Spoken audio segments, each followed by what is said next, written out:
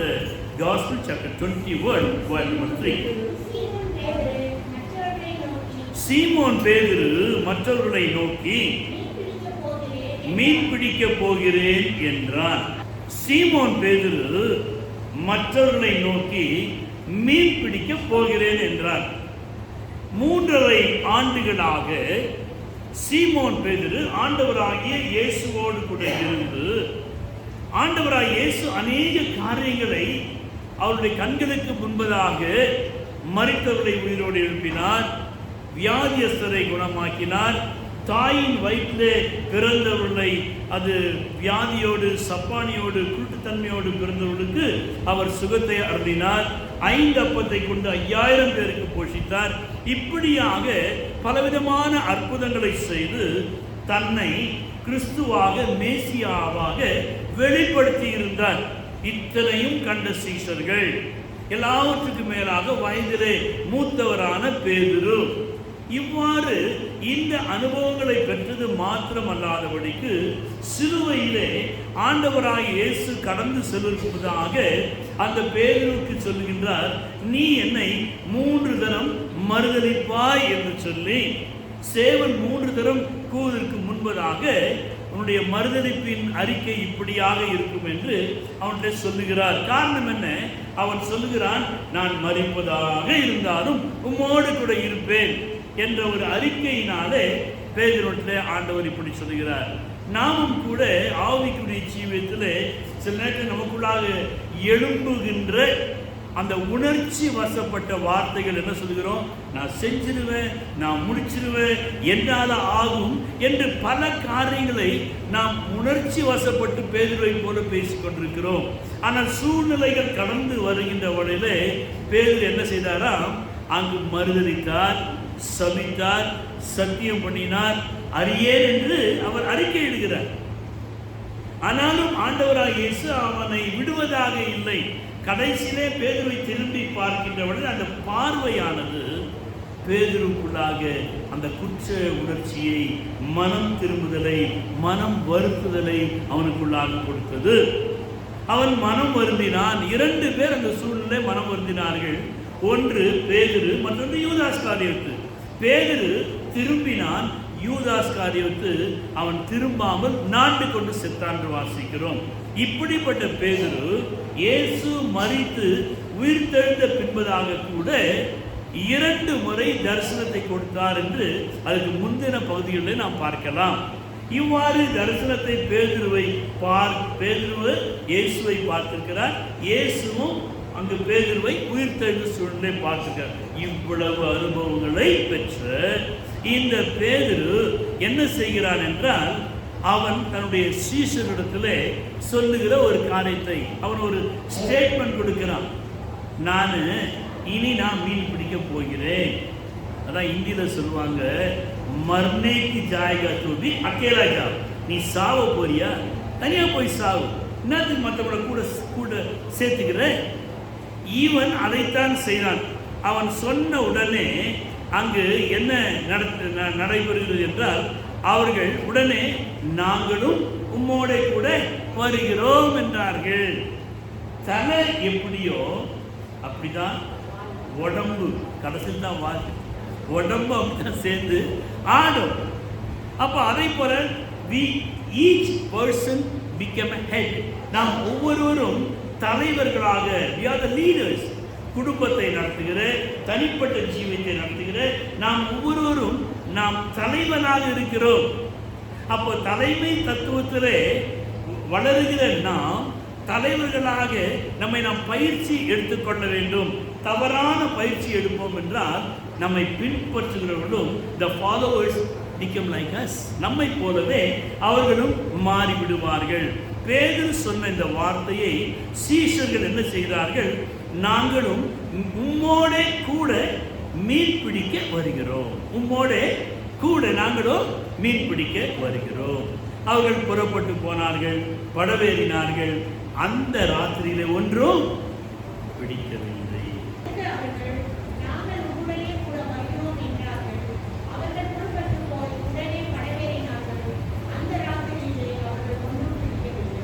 பரம்பரை பரம்பரையாக மீன்பிடி தொழிலை செய்கிற இந்த பேதுரு குடும்பம். இவ்வளவு இருந்தும் இவன் இந்த இரவிலே தான் மீன் பிடிக்க வேண்டும், ஆனால் இரவிலே சென்று ஒன்றும் கிடைக்கவில்லை. இந்த சூழ்நிலையிலே இந்த பேதுருவிடத்தில் ஆண்டவராகிய இயேசு சொல்லுகிற ஒவ்வொரு காரியங்களையும் அவன் 3.5 ஆண்டுகள் கேட்டுக்கொண்டிருந்தோம். உடனே ஏதாவது பதிலை சொல்லிக்கிட்டே இருப்பான். முந்திரி கொட்டைன்னு சொல்லுவாங்க. ஒன்று பேச ஆரம்பித்து உடனே ஒரு பதில் சொல்லுவான். 2வது அவனுடைய சந்தேகத்தின் ஆவி இருந்தது. 3வதாக அவன் பின்வாங்கி போகிற ஒரு சுவாபம் உடையவனாக இருந்தான். சாதாரணமாக மனிதர்களிலே 3 விதமான குணங்கள் உண்டு. The type, 3 kinds of type the people are there. Number 1, feelings. They have a feeling. அதாவது அவங்களுக்கு உணர்ச்சி வசப்பட்டு பிரச்சனைகளை அவர்கள் தாங்க முடியாதபடி இலகிய மனமுடையவர்கள். ஏமாற்றுகிறவன் ஏமாறுகிறவன் இருக்கிற வரைக்கும் ஆமா ஏமாத்தின்னு தான் இருப்பாங்க.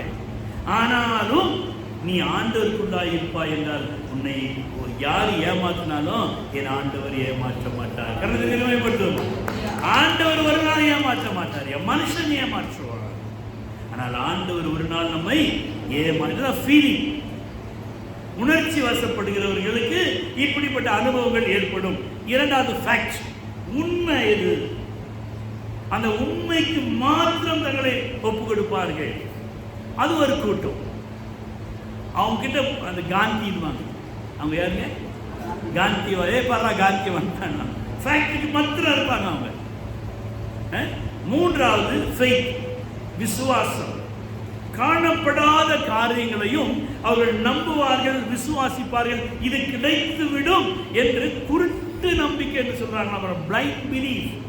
அதை போல கர்த்தர் மீது அப்படி ஒரு பற்றுதலை வைத்திருப்பார்கள். இதுதான் அந்த மனிதனுடைய நம்முடைய 3ல் நான் எங்கே நிற்கிறேன் என்பதை நீங்கள் உங்களை ஆராய்ந்து பார்த்துக் கொள்ளுங்கள். ஃபீலிங்ல இருக்கீங்களா, ஃபேக்ட்ல இருக்கீங்களா, ஃபெய்த்ல இருக்கீங்களா? இது 3 இல்லாதபடிக்கு இன்னும் ஒருத்தர் இருக்காங்க. they are failures. அவங்க failures. அவங்க தோற்று போனவர்கள். ஏனென்றால் எதையுமே ஏற்றுக்கொள்ள மாட்டார்கள், தங்களையே நம்ப மாட்டார்கள், தங்கள் மீதே நம்பிக்கை இருக்காது, தங்கள் மீதே அவங்களுக்கு ஒரு அந்த ஃபீலிங் இருக்காது, தங்களை பற்றியே உண்மையா அவங்க ஏற்றுக்கொள்ள மாட்டார்கள். they are the failure people. ஆனால் நாம் எந்த நிலைமையிலே இருந்தாலும் நாம் ஆண்டவரிடத்திலே வருகின்ற வழியிலே அதில் ஆண்டவர் நம்மை தேடி வருகின்றவராக இருக்கிறார். பேதுருடைய வாழ்க்கையை பார்க்கின்ற வழியிலே இவன் முழுதுமாக உணர்ச்சி வசப்பட்டவனாகத்தான் அவன் காணப்பட்டபடியினாலே அவன் அடிக்கடி உணர்ச்சி வசப்பட்டு அவன் நன்மையும் பேசினான், தீமையும் பேசினான். அந்த நாட்களிலே ஆண்டவராகிய இயேசு கிறிஸ்து இருந்த அந்த நாட்களிலே ரோமருக்கு எதிராக புரட்சியாளர் கூட்டம் என்று ஒரு கூட்டம் இருந்தது. அந்த கூட்டத்திலே பேதுரு, யாக்கோபு, யூதாஸ் இவர்களெல்லாம் அந்த கூட்டத்திலே இருந்தவர்கள். எனவே அவர்கள் இயேசுடைய போதனையை கேட்டு அவர்கள் உடனே என்ன செய்கிறார்கள்? இயேசு என்ன போதித்தார்? உம்முடைய ராஜ்யம், அப்போ நமக்குன்னு ஒரு ராஜ்யம் ஒரு உருவாக்க போகிறார் என்று அந்த போதனையில இருந்து இவர்கள் இந்த போதனைக்கு கடந்து வந்தவர்கள் தான் இந்த சீஷர்களே ஒரு சிலர். இவர்கள் என்ன செய்வார்கள்? ரோமர்களிலிருந்து ஆண்டவராகிய இயேசு தங்களை காப்பாற்றுவார் என்கிற மாமிச உணர்ச்சி வசப்பட்டவர்களாக இவர்கள் காணப்படுகிறார்கள். எனவே இவர்கள் என்ன செய்கிறார்கள்? அந்த படகுக்கு போகிறார்கள், மீன் பிடிக்கும்படியாக போகிறார்கள். ஆனால் அவங்களுக்குள்ள என்ன இருக்கு? உணர்ச்சி இருக்கிறது. கடந்த காலத்திலே ஆண்டவரோடு இருந்த அந்த சூழ்நிலையை யோசிக்கிறார்கள். யோசித்து அந்த படகுல போய் மீன் பிடிக்க போறாங்க. மீன் பிடிக்கிற நேரத்தில் கூட அவங்க என்ன செய்வாங்கன்னா பாட்டு பாடுவாங்க. என்ன செய்வாங்கன்னா கடந்ததை நினைத்து கலங்காதே. எப்படி பாடுறாங்க? கடந்ததை நினைத்து கலங்காதே, நடந்ததை மறந்து விடு. கடந்ததை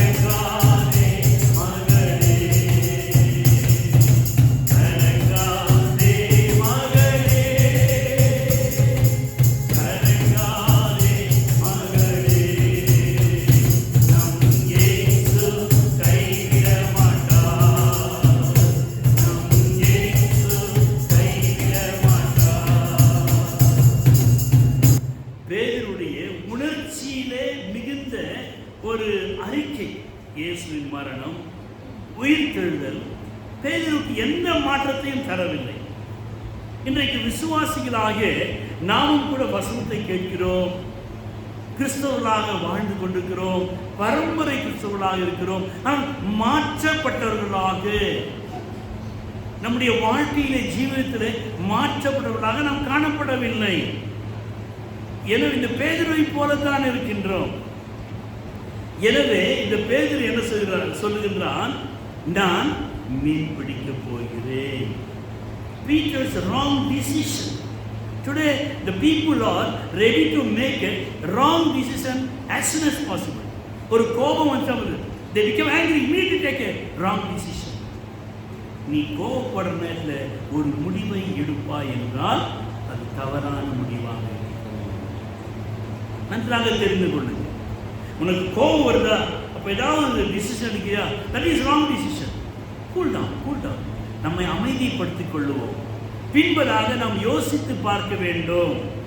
யோசித்து பார்ப்பது மிக முக்கியமாக. இரண்டாவது, இவன் சொன்ன மாற்றனுடைய வாயின் வார்த்தைகள் மற்றவர்களை பாதிக்கிறது.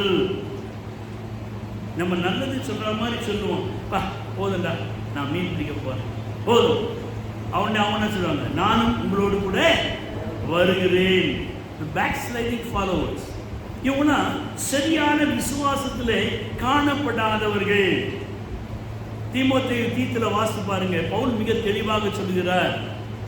வீடு வீடாக அவர்கள் சென்று என்ன செய்வார்களா, அவருடைய விசுவாசத்தை கெடுத்து விடுகிறவர்கள். இப்படிப்பட்ட கூட்டத்தில் பேக்ஸ்லைடிங் பிலீவர்ஸ் இவர்கள் என்ன செய்ய, அவங்ககிட்ட போய் சொல்லுவாங்க, நான் மீன் பிடிக்க போகிறேன், நான் இதை செய்ய போகிறேன், அதை செய்ய போகிறேன், எனக்கு இதெல்லாம் தேவையில்லை என்று சொல்லி. மூன்றாவது ஒரு ஆண்டவராகிய இயேசு உருவாக்குகிறவர். அல்லேலூயா.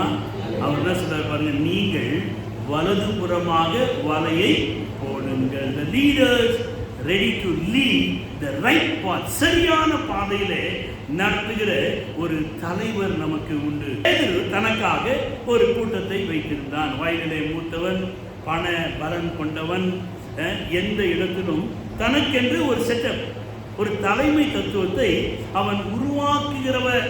அந்த தாளந்து உடையவனாய் இருந்தபடினாலே ஆண்டவராய் இயேசு காட்டி கொடுக்கப்பட்ட அந்த ராத்திரியிலே கூட ராஜ அரண்மனைக்கு செல்கின்றான்.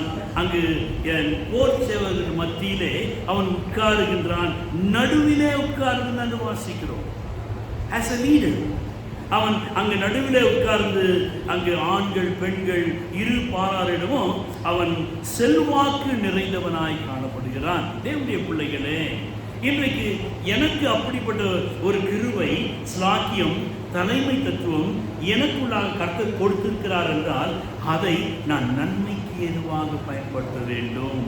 என்னுடைய வாழ்க்கையிலே அந்த ஒரு ராங் டிசிஷன் எடுத்து தவறான பாதையிலே வழி நடத்துகிற ஒரு தலைவனாக, physical leader, the failed physical leader, அவன் தவறான பாதையிலே அவன் வழி நடத்துவராக இருக்கிறபடினாலே அவன் சொல்லுகிறான், மீன் பிடிக்க போகிறேன் என்று சொல்லி. உயிர்த்தெழுந்த இயேசு நம்முடன் இருக்கிறார், வாருங்கள் நாம் மீன் பிடிக்க செல்வோம் என்று ஒருவேளை பேதுரு அழைத்திருக்கலாம். ஏன்னா அவர் தான் போயிட்டாரு, உயிர் எழுந்துட்டாரு, இப்போ கண்ணுக்கு முன்னால் வரமாட்டார். கூட இருந்தாவது நமக்கு டைம் தான் கிடச்சிடும், எல்லாம் கிடச்சிடும். இப்போ நம்ம என்ன செய்கிறோம், அவர் நம்மகிட்ட இல்லை, அதனால் வாங்க நம்ம எல்லாரும் எங்கே போவோம், மீன் பிடிக்க போவோம் என்று அவர்கள் என்ன செய்கிறாங்க, அந்த இரவெல்லாம் மீன் பிடிக்க போகிறார்கள். ஒன்றும் கிடைக்கவில்லை. காரணம் என்ன? வாயின் அறிக்கை என்ன? இயேசு என்னோடு இருப்பதை நினைச்சுட்டே காயப்படாத, இயேசு கூட இருக்கிறார். ஆனால் செல்கிற பாதை தவறான பாதை, எடுக்கிற முடிவு தவறான முடிவு. இயேசு கூட வருவார், எல்லா அற்புதங்களை செய்வார். எப்படி அற்புதம் செய்வார்? அமைதியா இருப்பார். நீ போற வழியே விட்டு அவர் அமைதியாக இருப்பார். என்னுடைய வாழ்க்கையிலே அதுதான். அவர்கள் இரவெல்லாம் ஆழத்திலே மீன் பிடிக்கிறவர்கள், ஒன்றும் கிடைக்கவில்லை. காரணம் என்ன? உயிர்த்தெழுந்தவருக்கு காத்திராமல் நாங்கள் உயிரோடு வாழ என்ன செய்யணும், இனி அடுத்த டைமுக்கு போஜனத்துக்கு வழி இல்லையே என்று அவர்கள் மாமிச முயற்சி எடுக்கிறார்கள். தேவனுடைய பிள்ளைகளே, நமக்கு பிரச்சனைகள் வருகின்ற வகையில என்னோடு கூட மரித்த இயேசு அல்ல, உயிர் தெழுந்த இயேசு என்னோடு இருக்கிறார். நமக்குள்ள அந்த அறிக்கை தேவை, அந்த அனுபவம் தேவை, அந்த வாயின் வார்த்தைகள் மாத்திரமல்ல, அந்த செயல்பாடு தேவை. காத்திருக்கணும். பிரச்சனைகள் வருகின்றவல்ல, காத்திருங்க. எவ்வளவு நேரம் காத்திருக்கணும் அவ்வளவு கர்த்தர் நம்மை வழிநடத்தக்கூடியவராக இருக்கிறார். காரணம் என்னன்னா, இவன் பேர்ல அந்த கிருபை. இவன் பேர் என்னங்க? சீமோன் பேதுரு. சீமோன் என்றால் மணல். மணல்னா தண்ணியில அடிச்சுட்டே ஒரு நிலையா நிற்காது. இன்றைக்கு நிறைய பேர் வேவரிங் மைண்ட் இப்படிதான், இங்கேயும் அங்கேயும் ஒரு பேர். அதுக்கு ஒரு பேருக்கு இன்னொரு பேர் வந்துட்டு நான் அசைஞ்சிட்டே ஒரு இடத்துல நிலையா நிற்க, மணலை போல நாணலை போல இங்கேயும் அங்கேயும் ஆடிக்கிட்டு இருக்கிற என்னுடைய வாழ்க்கையை நான் கர்த்தருக்கு அர்ப்பணிக்க வேண்டும். You surrender your life to the Lord's hand. Our உயிர்த்தெழுந்தவர். The Lord of resurrected God. அவர் உயிர்த்தெழுந்தவர் ஐயா. அவர் மரணத்தை செய்தவர். உடைய பிரச்சனைகளுக்கு அவர் பதில் தர முடியாதவராலே மாத்திரம்தான், வேறு யாராலும் முடியாது. எனவே இந்த இப்படிப்பட்ட சீமோனை கர்த்தர் யாராக மாற்றுகிறார்? பேதுருவாக மாற்றுகிறார். பேதுரு என்றால் கற்பாறை, கட்டினம் உள்ளவனாக மாற்றுகிறார். உன் மீது என்னுடைய சபையை கட்டுவேன் என்று சொல்லுகிறார். அப்போ ஒன்றில்லாத இருந்த நம்மை இன்றைக்கு இவ்வளவு வசதியா, இவ்வளவு ஆசீர்வாதமா, இவ்வளவு காரியங்களை கொடுத்து கர்த்தர் நம்மை கட்டி இருக்கிறார். தேவனுடைய பிள்ளைகளே, அவர் என்னை கற்பாறையாக மாற்றியிருக்கிறார். அல்லேலூயா. வெறும் மனுஷனா வந்த என்ன செஞ்சாரு? ஒரு குடும்பமாக, என்னை தனி மனிதனாக இருந்த என்னை பல மரங்கள் உள்ளவனாக மாற்றினார் என்று நிறைய பாடல் இருக்கிறது. என்னுடைய பிள்ளைகளே, அதை அந்த நன்றியை நாம் நினைக்க வேண்டும். தன்னால் வழிநடத்தப்படும் இந்த தொண்டர்களை பேதுரு நினைத்தால், இஸ்ரவேலின் ராஜாவுக்கு நான் தளபதியாக இருப்பேன். அவனுக்குள்ள சிந்தனை பாருங்க. அதனால்தான் ஆண்டவர்கள் வந்து சேர்ந்தான். ஆனா இவர்கள் மீன் பிடிக்கிற அனுபவம் உடையவர்கள் தான் இவங்க. அந்த போர், ராஜ சமூகம், அரண்மனை, அதிகாரம் இவனை குறித்து இவனுக்கு தெரியாது. ஆனா இவனுக்கு என்னங்க, முடவன் எதுக்கு ஆசைப்பட்டானா? அது நாங்க கொம்பு தேடு. இவர் யார்? இவரு நடக்கிறது. இவரால மரத்து மேலே ஏற முடியாது. ஆசை நாங்க மேல இருக்கு. இன்னைக்கு நம்மளால மாதிரி தான். ஆனாலும் ஆண்டவத்தில் வருகின்ற வழியிலே நம்முடைய கால்களை அவர் எப்படி மாற்றுகிறாரா? நமது கால்கள் மான்களை போலே நடந்து எங்கும் ஓடிடவே உயர்த்தலத்தில் ஏற்றுகின்றாரே. உன்னதமான ஊழியத்தில் தேவ கிருபை எங்கும் பெருக தேவனை ஸ்தோத்தரிப்போ. பாவ இருள் அகல தேவ ஒளியடைந்தோ. பாவ இருள் அகல தேவ ஒளியடைந்தோ. நான் நொண்டிதான்டா, நான் கேவலமானவன் தான், நான் தள்ளப்பட்டவன் தான், நான் ஒதுக்கப்பட்டவன் தான். ஆனால் உயிர்த்தெழுந்தவர் என்னோடு கூட இருக்கிறார். உங்களுடைய அறிக்கை மாத்திரமல்ல, உங்களுடைய விசுவாசம், உங்களுடைய நம்பிக்கை சோர்ந்து போகாதபடிக்கு எப்பொழுதுமே உங்களுடைய பார்வை ஆண்டவரை நோக்கி. உங்களுடைய குறைவை நினைக்காதீங்க. நான் நொண்டி, நான் முடமை, நான் தகுதி இல்லாத, நான் அன்ஃபி, என் வாழ்க்கை அவ்வளவுதான், முடிந்தது என்று சொல்லுவா என்றால் where the end there is a beginning. ஆமென். சந்தோஷமா ஆமென் சொல்லிட்டா என்ன ஆயிடும்? நமக்கு வந்துருங்க. நமக்கு இப்படியே கேட்டு பழகிட்டோம். கொஞ்சம் வாயை தரங்க அப்பப்போ. அப்போதான் உங்களுக்கு ஆசீர்வாதம். என் வாழ்க்கையில் இருந்து முடிச்சுட்டாரியா, இனி அவ்வளோதான், நான் சொல்றது. ஆனா ஆண்டவர் சார் செல்லம் நீ தாண்ட ஆரம்பம் சொல்றாரு. அல்லேலூயா. இதுதான் ஆரம்பம். வாழ்க்கையில எது முடிந்தது என்று யோசிக்கிறாயோ அங்கு என் ஆண்டவராலே ஆரம்பிக்க முடியும். நாம் அவரை மாத்திரம் நோக்கி பார்க்க வேண்டும்.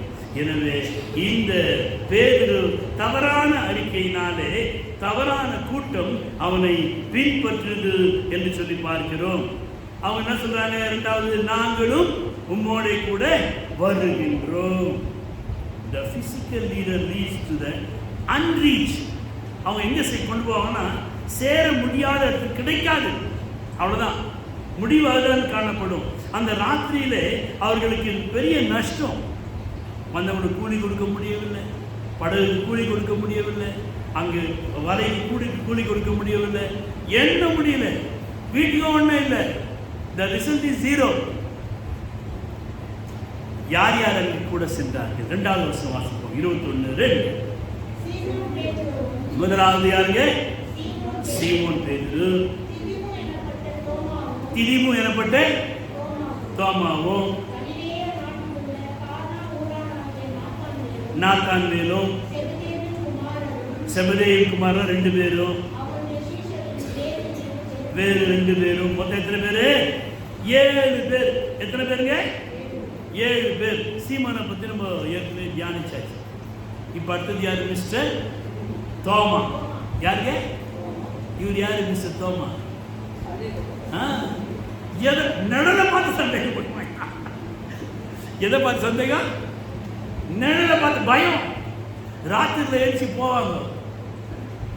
அவங்க நிழலை பார்த்தே அவங்களுக்கு பயம், சந்தேகம். இந்த தோமாவை போல நான் இருக்கிறேன். நோ ப்ராப்ளம், நோ வரி. ஆண்டவர் உன்னை தேடி வந்து தோமா என்ன சொன்னாரு? விழாவிலே கைய போடு, கையில விரல போடு சொல்லிட்டு என்ன செஞ்சாரு? அவனுக்கு கால்களை கழுவினார். எதுக்காக கழுவினாரு?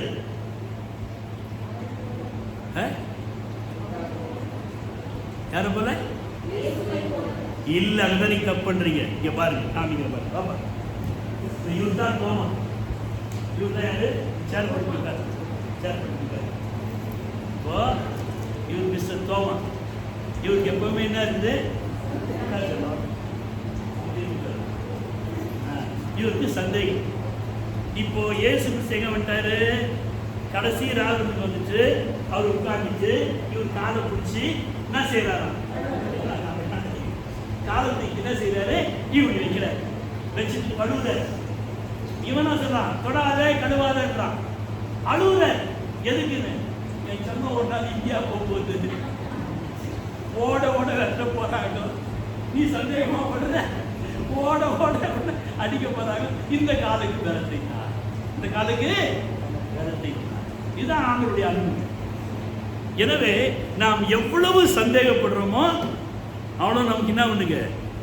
பெரிய ஊழியம் உண்டு. இன்னைக்கு இந்திய தேசத்திலே, தென்னிந்தியாவிலே இந்த தோமாவினால் தான் இன்னைக்கு சபைகள் உருவானது. அல்லேலூயா. வட இந்தியாவிலே நத்தான்வேல். இந்த நத்தான்வேலை குறித்து நீங்கள் பார்க்க வேண்டும் என்றால் யோவான் 1ஆம் அதிகாரம் 41 முதல் 51 வரை வீட்டிலே வாசித்து பாருங்கள். இவனை குறித்து என்ன வாசிக்கிறோம்? கபடற்ற உத்தம இஸ்ரவேலன். இவன் எங்க இருந்தானா? அத்தி மரத்தின் கீழே இருந்தான் என்று வாசிக்கிறோம். அத்தி மரம் என்றால் இஸ்ரவேலிலே ஒரு 3 காரியங்கள், ஒரு விசேஷ காரியத்தை சொல்லுகிறது. ஒன்று, அத்தி மரம் என்பது இஸ்ரவேல் தேசத்தை குறிக்கிறது. The national privilege என்று சொல்வார்கள். இந்த அத்தி மரத்தினுடைய தேசத்தை குறித்து அவனுக்கு ஒரு பெரிய ஒரு பாரம் இருந்தது. எனவே இஸ்ரவேலின் ராஜா வருவார் என்று சொல்லி அப்பப்பொழுது அத்திமரத்தின் கீழே இருந்து அவன் கடவுளை யெகோவாவை நோக்கி அவன் வேண்டுதல் செய்து கொண்டிருந்தான். எனவே அவன் அத்திமரத்தின் கீழ் இருந்தான். 2வது, இஸ்ரவேல் மக்கள் மத்தியிலே ஒலிவ மரம், ஆலிவ் ட்ரீ, இதை குறித்து மிகவும் அவர்கள் கரிசனை உடையவர்களாக இருந்தார்கள். That is a religious privilege என்று சொல்லுவார்கள். சமயம் சார்ந்த சாக்கியத்தை அதில் பார்க்கலாம். அந்த அத்திமரம் அங்கு துளிர்விடுகிறதை, ஒலிவ மரம் கனி கொடுக்கிறதை குறித்து நாம் வேதத்திலே வாசிக்கலாம். There is a religious privilege. சமயம் சார்ந்த காரியங்கள் அந்த ஒலிவ மரம் குறிக்கிறது. மூன்றாவதாக திராட்சை செடி ஆவிக்குரிய ஒரு அடையாளத்தை, simple of the spiritual privilege என்று சொல்லலாம். எனவே இந்த நாத்தான் வேல் அவன் வட இந்தியாவுக்கு வந்து அவருடைய ஊழியத்தை செய்தபடினாலே வட இந்தியாவிலே பெரிய பெரிய ஸ்தாபனங்கள் அந்த நாட்களிலே உருவானது. தொடர்ந்து யாரை வாசிக்கிறோம்? செபதேவின் குமாரர் 2 பேர். மார்க் 3ஆம் அதிகாரம் 17ஆம் வசனத்தில் யார் பார்க்கிறோம்? செபதேவின் குமாரர் யாருங்க? யாக்கோபும் யோவானும். பவர்னகேஸ், இடி முழக்கத்தின் பிள்ளைகள் என்று அவர்கள் ஆண்டவருடைய வலது பாசத்திலும் இடது பாசத்திலும் உட்கார வேண்டும் என்று விரும்பினவர்கள். இப்படிப்பட்ட இருவரையும் என் ஆண்டவராக இயேசு என்ன செய்றாரு? அவர் உருவாக்க விரும்புகிறார். ஆனால் பேதுருவோ அப்படிப்பட்ட இடிமுழக்கத்தின் பிள்ளைகளை கூட தன்னுடைய சாதாரண ஒரு வார்த்தையினாலே அவன் பின்மாற்றம் அடையக்கூடிய ஒரு சூழ்நிலை கொடுக்கலாம் ஏற்படுது. தொடர்ந்து வாசிக்கிறோம். வேறு 2 பேர், இவர்கள் இயேசுவை பின்பற்றினவர்கள், பேதுருவை நன்றாக அறிந்தவர்கள். எனவே இவர்கள் பேதுருடைய வார்த்தைக்கு கீழ்ப்படிந்து 7 பேரும், 7 என்றால் பரிபூர்ணமான ஒரு காரியத்தை செய்ய முற்படுகிறார்கள். The result is failure. The result is loss. இழந்து விடுகிறது தான், வேறு ஒன்றும் இல்லை. எனவே தேவனுடைய பிள்ளைகளே, அங்கு வாசிக்கிறோம், ஒன்றும் பிடிக்கவில்லை.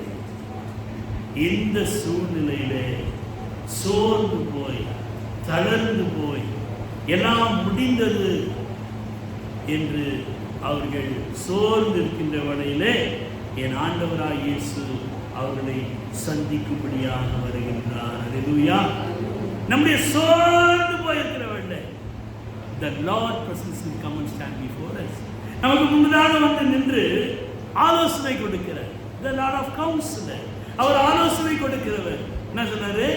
வலதுபுறமாக வலையை போடுங்கள். 6வது வசனம் வாசிக்கிறோம்.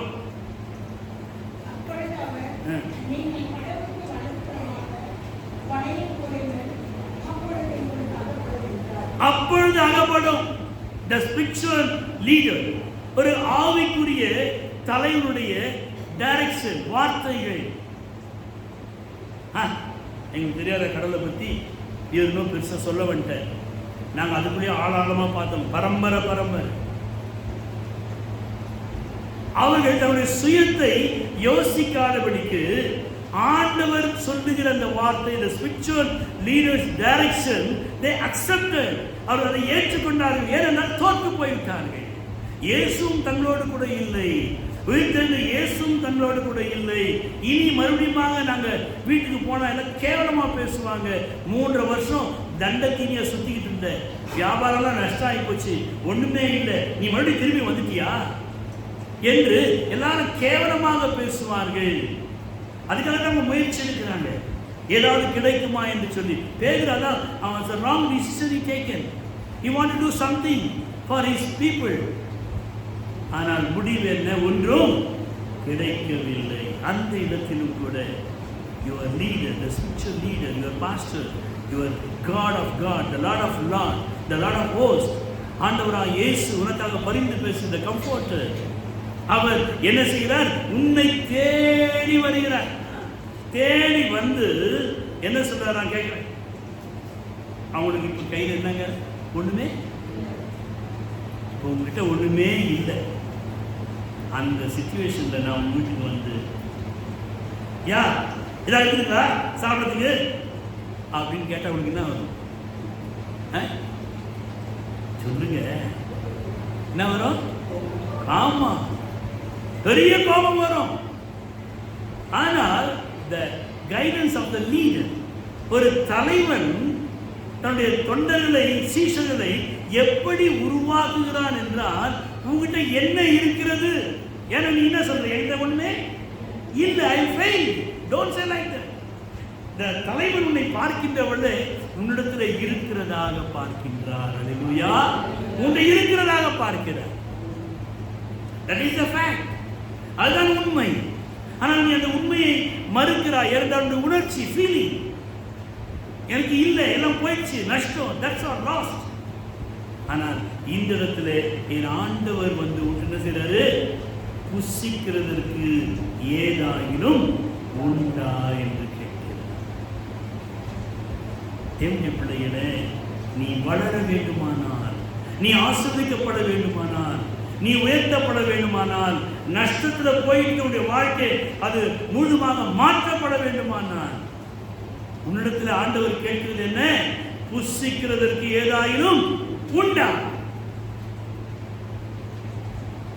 அவர் கேட்கிறார். அவர் எப்பொழுதும் கேட்கிறவர். உங்களை நாங்கள் வழிநடத்துகின்ற வழியில கூட எப்பவும் நான் கேட்டுட்டு தான் இருப்போம். இதை கொடு, அதை கொடு, இதை செய், அதை செய். ஏன்? நீங்க வளரணும், நீங்க ஆஸ்வதிக்கப்படணும், நீங்க உயர்த்தப்பட வேண்டும். நம்முடைய கண்டிஷன் என்ன? நம்முடைய ஸ்டேட்மெண்ட் என்ன? இல்ல இல்ல இல்ல இல்ல இல்ல இல்ல. அதுக்கு ஒரு பாட்டு வேற கட்டிட்டான் தெரியுமா? இல்ல இல்ல இல்ல இல்ல இல்ல இல்ல. கடைசி இல்லாம ஆயிரும். தேவனுடைய பிள்ளை உள்ளவன் எவனோ அவனுக்கு இல்லாதவனுக்கு யாருங்க இல்லாதவன்? இல்லை என்று நீ அறிக்கையிடுவாய் என்றான். அப்படி ஆயிடும் வாழ்க்கையில்.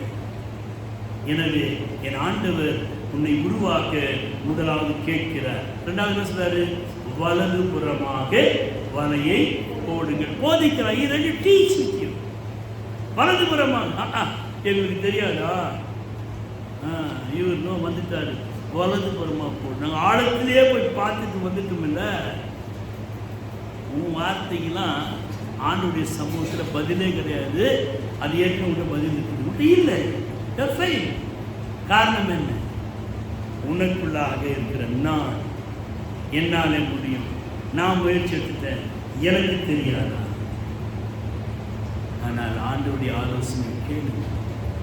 வலதுபுறமாக வலையை போடுகிறது. இதுக்கு டீச்சிங். உங்களுக்கு சபையானது போதிக்கிறது. உங்களுடைய வாழ்க்கை வளரும்படியாய், ஆஸ்வதிக்கப்படும்படியாய் போதிக்கிறது. You have to accept the teaching. சங்கீதம் 32:8 என்ன சொல்கிறது? நான் உனக்கு போதித்து நீ நடக்க வேண்டிய வழியை உனக்கு காட்டுவேன், உன்மேல் என் கட்டளை வைத்து உனக்கு ஆலோசனை சொல்வேன். The God of counsel. புத்திமதிகளை ஏற்றுக்கொள்ளும் காது ஞானிகளிடத்தில் தங்கும் என்று நீதிமொழிகளை வாசிக்கிறோம். மூன்றாவதாக, முதலாவது கேட்டவர், இரண்டாவது போதித்தவர், மூன்றாவது தருகின்றார். கொடுக்கிறார். தெய்வம் கொடுத்தா, ஆமா, இன்னும் ஓட்ட வீட்டில் குடிச்ச வீட்டில் இருந்தோம். ஆமா, குறையதான் பிச்சுக்கு கொடுக்கும். மோல்டு போட்ட வீட்டில், மாடி போட்ட வீட்டில் ஆண்டவரே என்னை உருவாக்கும் சுவாமினா அவர் கொடுக்குற நேரத்தில் மேலே மேலே கட்டுவார். தப்பிட்டு ஒரு ஆமையெல்லாம் சொல்லிட்டாரு. நீங்கள் இதுக்குன்னே பிறந்தவங்க இல்லை. இப்படியே அந்த மனுஷனில் உயிர் இருக்கிற வரைக்கும் அந்த ஆளை பிடிச்சிக்கின்னு இது வாங்கிட்டு வா, இதை செய்ய, அதை செய்ய. ஒரு விசுவாசம், ஒரு ஜபம், ஒரு போராட்டம், ஒரு அழுகை, வசனத்தை கேட்கறதுனால ஆமைன்னு சொன்னால் ஆஸ்வதிக்கப்படும். நம்ம வாயை மூடி பின்னால் போய் பேசுவோம். கேட்டீங்களா? இன்னைக்கு யார் குட்டினார் பார்த்தீங்களா? தேவனுடைய பிள்ளையே இப்படியே பேசி பேசி பின்னால் போவாது. ஆமைன்னு சொல்லி ஆசிரியர். ஆமே. உன் வாயை அழகா வசனம் தெரிஞ்சு வச்சிருக்கீங்க. அப்படியே உப்பு கட்டாமல் மூணு வச்சுக்கிட்டு இருக்கீங்க. ஆமேன்னு சொத்தமாக சொல்லுங்க. கத்தவங்களை அதிகமாக ஆசீர்வதிப்பார். நீங்கள் திடீர்னு இந்திரா காரணம் வரும், உடனே இதுக்கு வந்த வாழ்வு ஏன் அந்த மாதிரி ஆமைன்னு சொல்லிட்டாங்க. கரெக்டாக கார் கொடுத்துட்டேன்.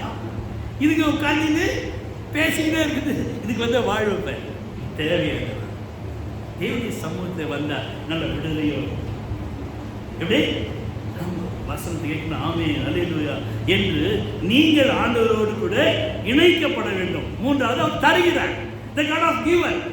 அப்படி எப்படி தருகிறாரா? எண்ணிக்கையுள்ள ஆசீர்வாதங்களை தருகிறார்.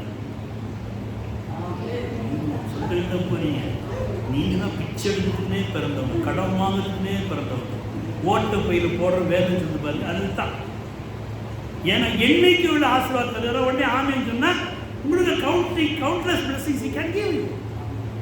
153 மீன்களை, அதுவும் எப்படியா அந்த வசனம் வாசிக்கின்ற ரொம்ப அழகா சொல்றாரு.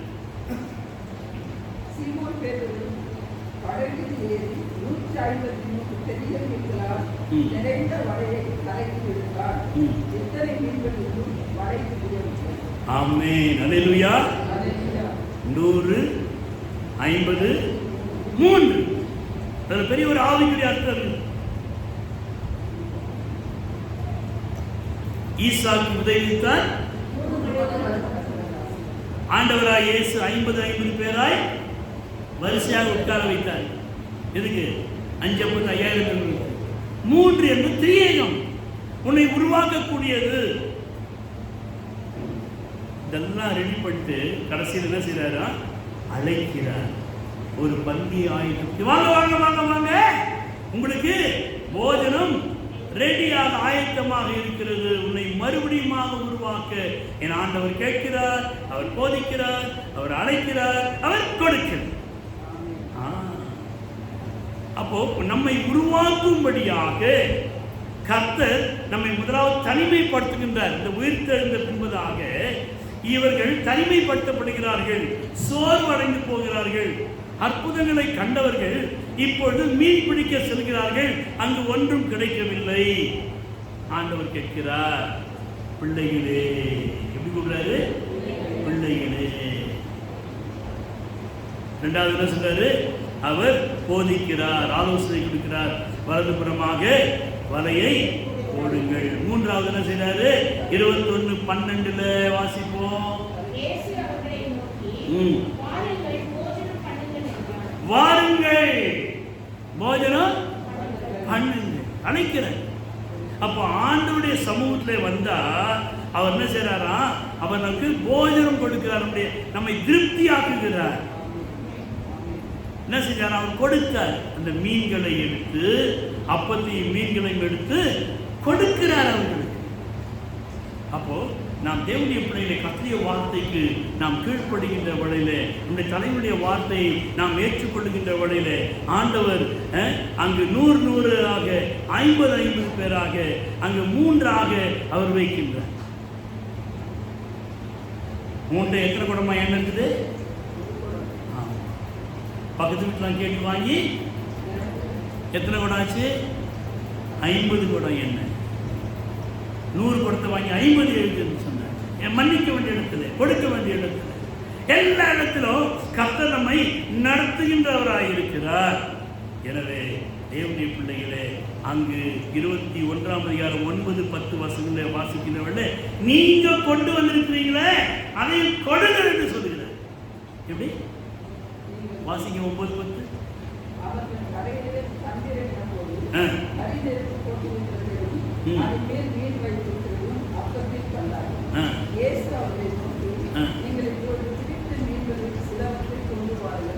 ஆமா, இவரு ரெடி பண்ணி வச்சுட்டாரு, அவங்களையும் இதுல 2 in 1.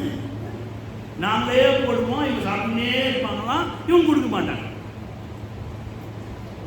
சபை என்பது, குடும்பம் என்பது give and take policy. எனவே கர்த்தர் கொடுக்கின்றவராக இருக்கிறார். ஆமென். அவர் கொடுக்கின்றவராக இருக்கிறார். எனவே கர்த்தருடைய வார்த்தையின் பிரகாரமாக அவரும் கொடுக்க வேண்டும், நாமும் யார் கொடுக்கணும்? நான் கொடுக்க வேண்டும். அதுதான் கர்த்தர் எதிர்பார்க்கிறார். அந்த கிருபையிலே கர்த்தர் தரும்படியாக நாம் அனைவரும் எழுந்திருப்போம். எத்தனையோ கிருபை